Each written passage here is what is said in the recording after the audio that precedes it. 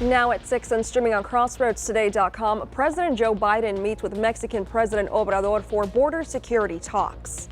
And President Biden cuts a deal with Venezuela to bring home Americans. Plus, a local restaurant is sending out blessings to the less fortunate right here in Victoria. Well, the holidays are here, and so is the rain and the cloud cover. You saw how we had shower activity today. We're going to be increasing that for the next 2 or 3 days. So, yep, it's going to be on the wet side for Christmas. We'll have more coming up in a moment.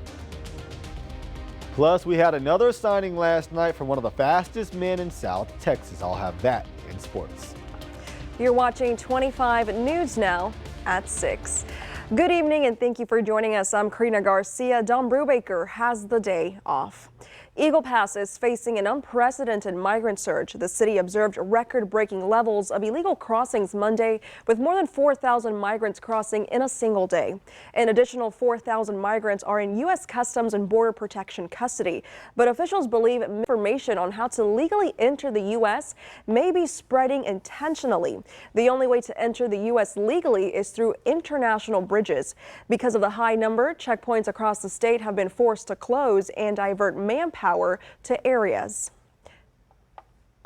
And now here is this package on the border crisis right now. It's an escalation of the border fight that's now taken to the skies. For the first time, Texas Governor Greg Abbott flew migrants to Illinois. This plane with 120 people flying families from El Paso to Chicago on Wednesday. The governor of Texas needs to take a look in the mirror of the chaos that he is causing for this country. Chicago Mayor Brandon Johnson scrambling to find shelter for the latest migrants arriving in the city. The move by the Texas governor coming after Chicago impounded at least one bus carrying migrants from Texas, and after Governor Abbott signed a sweeping new immigration law this week allowing state and local police to arrest undocumented migrants and giving Texas judges the authority to order deportations. It's expected to take effect in March. The only thing we are doing by this law is making sure that our law enforcement have the tools they need to actually take action against those who are actually coming across the border illegally. On Tuesday alone, U.S. Border Patrol processed 10,500 migrants who crossed the U.S.-Mexico border unlawfully, according to a Homeland Security official. Current and former Homeland Security officials warned that the current pace of arrests is pushing federal resources to the limit, with the system nearing a, quote, breaking point. The president can give everyone a great Christmas present by doing an about-face and saying he will secure the border and shut it down now. This morning, President Biden spoke over the phone with Mexican President Andrés Manuel López Obrador. The key question, what more can and will the two leaders do to address the border surge? I'm Mike Valerio reporting. And more on President Joe Biden's talks with the Mexican President Andrés Manuel López Obrador. Biden now pressuring Mexico's president to help curb migration across the southern border. Both agreed additional enforcement actions are needed. And on Tuesday, President Obrador spoke on Abbott, saying, quote, he is not going to win anything. On the contrary, he is going to lose sympathy because in Texas there are many Mexicans and many migrants, unquote. Senior officials like Secretary of State Antony Blinken and Homeland Security Secretary Alejandro Mayorkas are set to travel to Mexico in the coming days. And now let's take a look at your forecast with Chief Meteorologist Mac Perez. Mac, it's warm out there.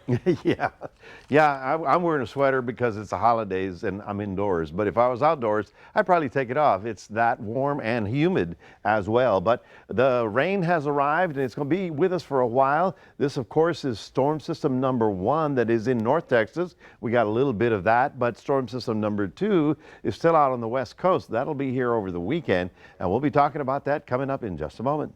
Karina, back to you. Mac, thank you.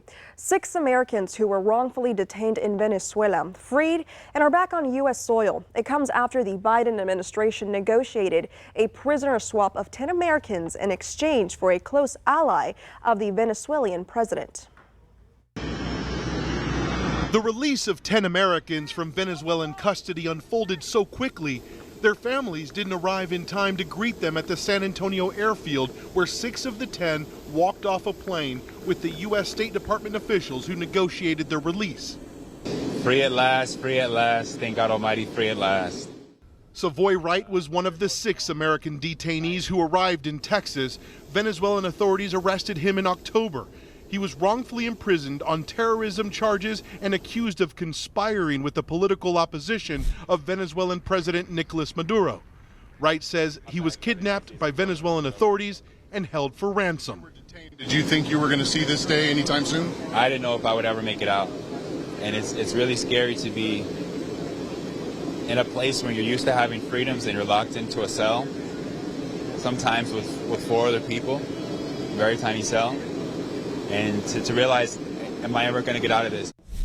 Roger Carstens is the U.S. government's special presidential envoy for hostage affairs and was part of the extensive team involved in negotiating the prisoner release. We left with everyone right now. There are no more Americans left in Venezuela that are being held in the prison facilities.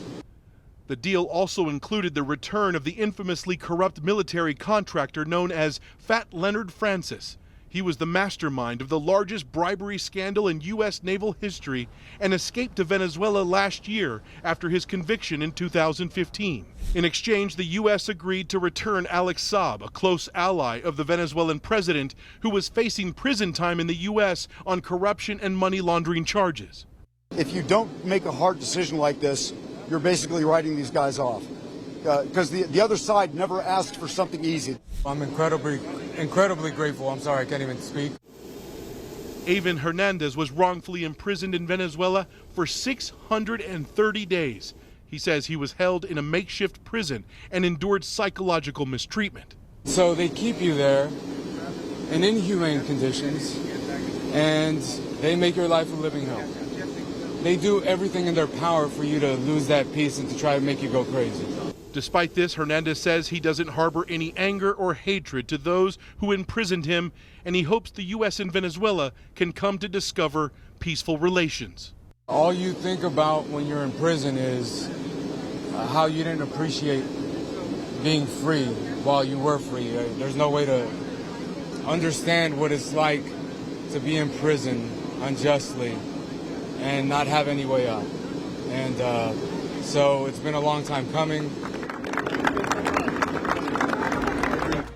The school set to replace Robb Elementary put on hold due to the cost of the project. The Uvalde CISD Moving Forward Foundation confirmed the project is on hold while they await a second bid to see which is the most cost-effective.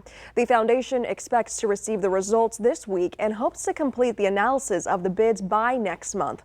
Also, a criminal investigation into police failures during the Uvalde school shooting will continue into the coming year. Travelers may be paying more to take road trips this Christmas.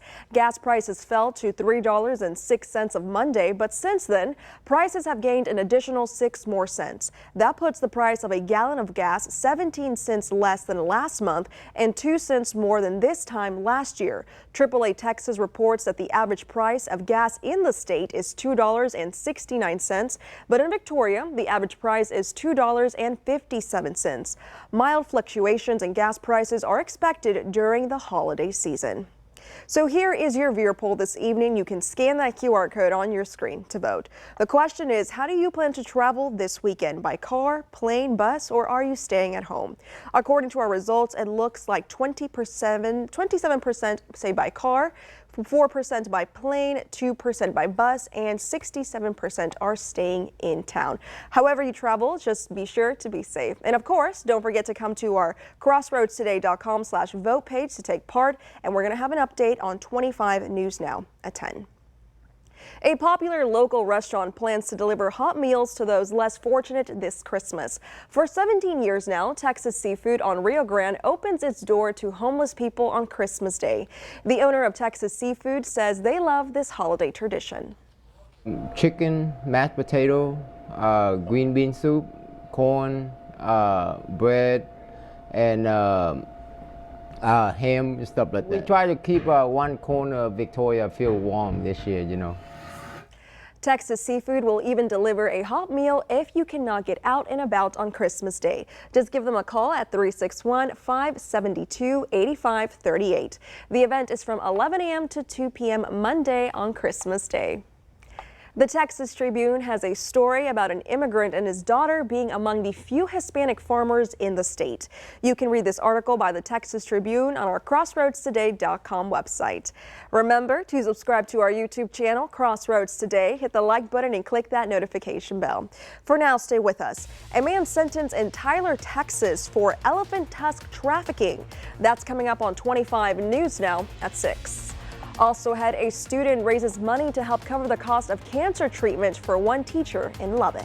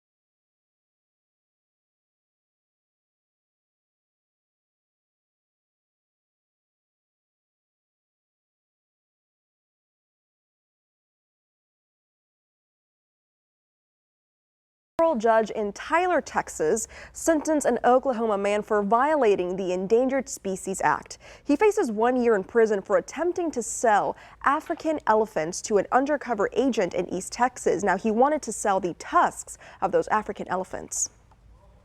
Frustrated and confused. I mean, the ivory, the tusks that these people are trying to sell and creating value to is basically just a giant tooth that these animals need to survive. It's the ivory of elephants like these at the Caldwell Zoo that Dusty Caldwell was trying to sell to an undercover fish and wildlife agent in 2021. Today, he was sentenced to a year in prison for conspiracies to transport wildlife across state lines. Prosecutors say Caldwell planned to travel from Oklahoma to Tyler to sell ivory. He enlisted assistance to other gentlemen to help him try to do that. And what they didn't know is they were dealing with an undercover U.S. Fish and Wildlife agent. Caldwell is the last of 3 to be sentenced in this case. David Bartlett received a year in prison, and Dusty Garcia received 2 years probation. Alex Suddeth at the Caldwell Zoo says there are several drivers behind this illegal trade. Some believe that elephant ivory has medicinal properties. There's some believe that there's just a high value to it. This trade has impacted elephants at an evolutionary level. What's actually happening is the wild populations of elephants now, their tusks are actually starting to become shorter and shorter because the shorter your tusks, the more likely you are to survive because poachers are going for the elephants with the biggest tusks. We approached Caldwell as he left the courthouse, asking for a comment on his case. God bless, Merry Christmas. The man is set to serve a year in federal prison, followed by 3 years of supervised relief. Turning now to a Texas homeowner who is calling out a Grinch ahead of Christmas.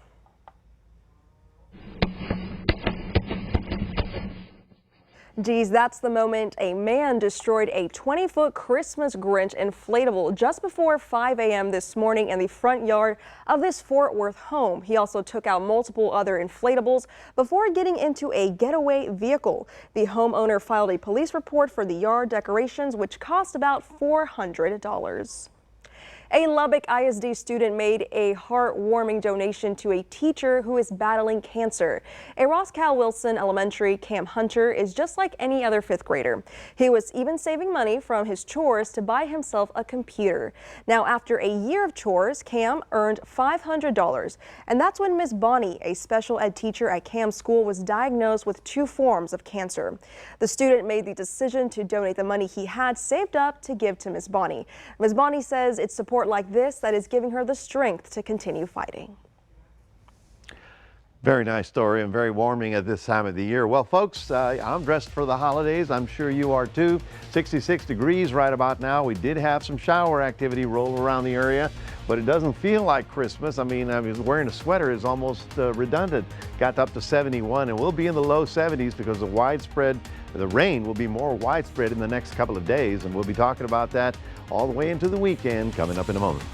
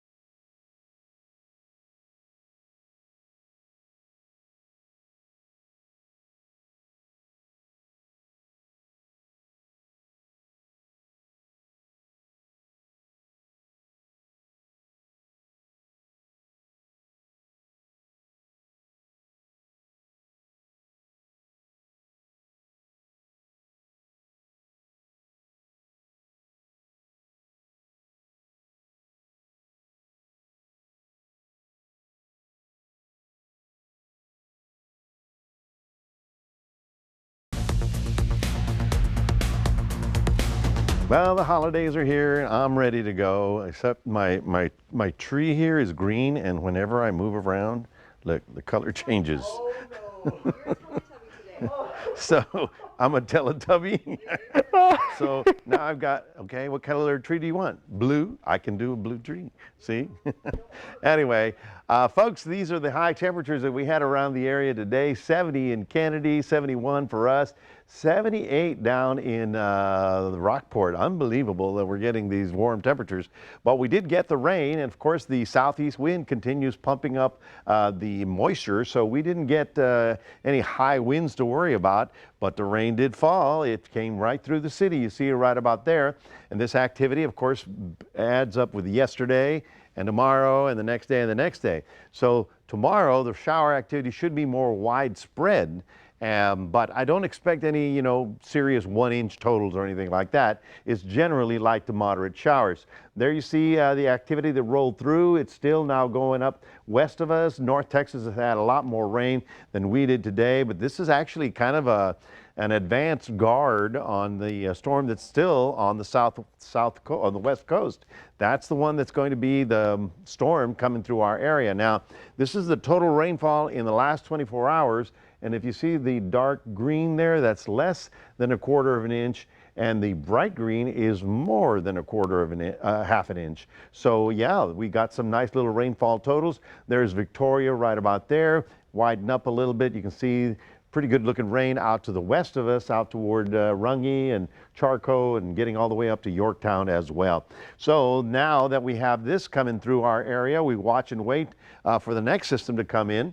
Obviously, North Texas up in Stephenville got some heavier rainfall today, courtesy of sort of the advanced guard. But the main event, the storm that will likely give us the heavier rain, is on the west coast, and is huge problems for them. As a matter of fact, we've got some video. This is Santa Barbara, California, and look at the amount of rain they had in the city. You got about a foot of rain everywhere and massive flooding. Of course, they're right next to the mountains, and so the rainfall falls in the mountains and flows down through the city all the way to the Gulf Coast. But I mean, that's pretty massive stuff. They don't usually get this kind of stuff, not even in wintertime. It's much quieter than that. So let's go forward and see what else we've got. This is what Future Tracker brings. Here's the rain system in the advanced guard right about there. That's tomorrow. So more widespread showers expected to move through the day with that southeast wind still on the warm, humid side. And then we'll watch and wait for that next one. Right now on Saturday, while we have scattered rains, the big event is right about here. Sometime Saturday night is the best opportunity to get some thunder showers. And then on Sunday, the frontal system passes through late on Sunday afternoon. So the good news is that by Monday, it all blows away and things will be much nicer for Monday and Tuesday. Overnight down into the low 60s. That's about it. And tomorrow we'll be up to, you know, some 70 degrees in many areas. So on the mild side for right on through the weekend. So 64 the morning low and 69 the afternoon high with cloud cover and more rain in Port Lavaca. In Cuero, 61 the low and then 71 the high with cloud cover and rain as well. So here you go, 40% for Friday and then 50% Saturday, Sunday. Sunday night, the front comes through, and for Monday, we're going to be clearing up and have much nicer weather, a high of 65 degrees, slightly cooler, and just good enough to be outdoors and enjoy a little bit of cool sunshine weather. That is your 7-day forecast, reminding everybody we do have a QR code. Love for you to scan that, put Crossroads Today on your phone. Here's Karina. Thank you, Mac. And now here's Zach Brown with your sports. The Lady Flyers trying to capture a tournament win. I'll have that in sports.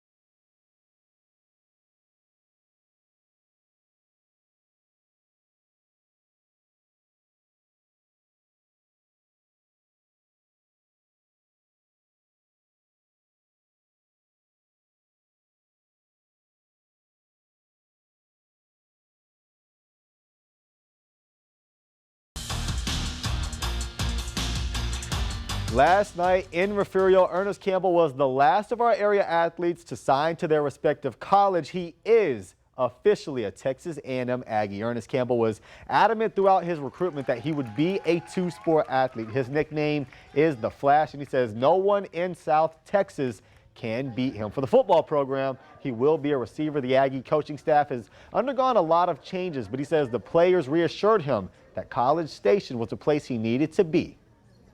I feel like they never had one, like a chin-chew guy. They probably have, they actually, Coach Oker had a chin-chew guy, so, and he's small just like me. He came from Kentucky, transferred to A&M, so I feel like he knows how he can use me. Coach Clyde has produced Deuce Vaughn from Kansas State, so I feel like he knows how to use somebody like me.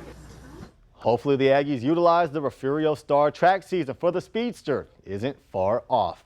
After going 2-0 in yesterday's Kennedy Tournament doubleheader, the St. Joseph girls got right back at it today. In game one, they took down Nordheim 59-20 behind 17 from Bridget Bluda and 16 from Maddie Stefka. Game two, much lower scoring. The girls only able to muster 24 points, but only gave up 21. They win the championship game for the tournament.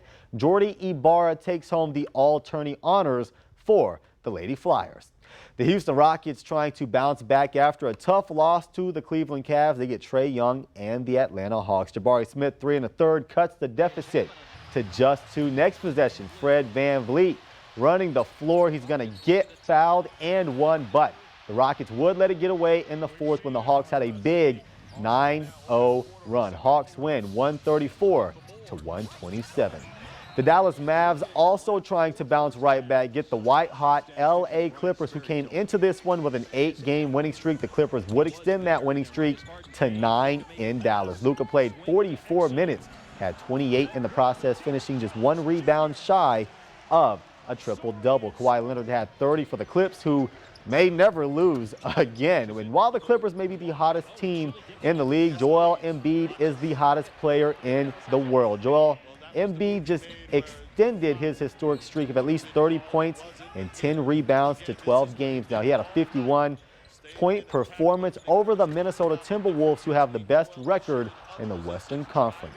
The Dallas Cowboys in the roughest stretch of their schedule, coming off that brutal loss to the Buffalo Bills. Dallas will hit the road to Miami, where they will take on the Dolphins, who are coming off a 30-0 beatdown over the New York Jets. The good news for Dallas is that Miami is awful against teams with winning records. The bad news for Dallas is they are awful on the road. We didn't put our best out there, and there's no excuses for that. Got to be better, especially on the road. So what a great opportunity now. A great team, team top of their division, one of the best teams in the AFC, to get a chance to go out there and not necessarily redeem ourselves, but pick our up on the road and put a performance out there like we have at home, and really more so a performance that we know we're capable of. So excited about it for sure. Dallas still trying to win that division. Also, an update on a great cause. Coach Taylor of Yoakum Basketball gave me an update on their fundraiser. Over 25 families were helped. $700 worth of clothes and toys were given away. He says they're just committed to teaching young men how to help others. That's it for your sports. Karina, back to you. Thanks, Zach. We're going to be back in a moment. A zoo in Colorado delivers a paternity test to determine the father of this orangutan, Maury Povich style.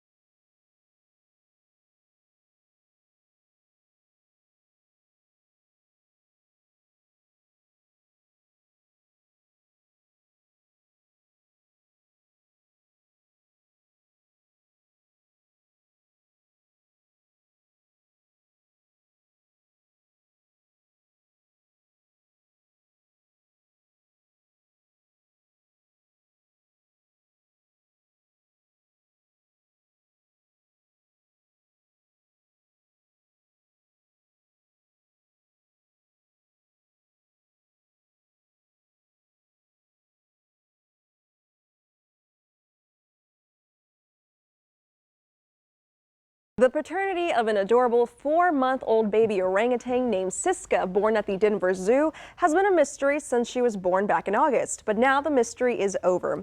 While Siska is 4 months old, it has been unclear whether her father was 30-year-old Barani or 16-year-old Java. So the zoo chose none other than Maury Povich himself to reveal the results of the paternity test. And as it turns out, you guys ready for this? Barani, you are the father. Oh my goodness. What a promiscuous orangutan there they have at the Denver Zoo. I did not know that there was going to be a fight like that. Well, you know, Siska now knows the identity of her father, and we can rest that to peace. Paternity test You know, on an sometimes orangutan. on Maury, they have no idea. At least they found out immediately. That is true. That's good. Good job. Good job. Hopefully there'll be one big happy family. All right, folks, we are ready for the holidays, right? And we are looking for increasing rain, more widespread rain, although it'll be light rain. None of this will be a huge downpour, but wet through Saturday and Sunday. Alrighty, thank you, Mac. And thank you for joining us. We hope to see you back here tonight for 25 News Now at 10.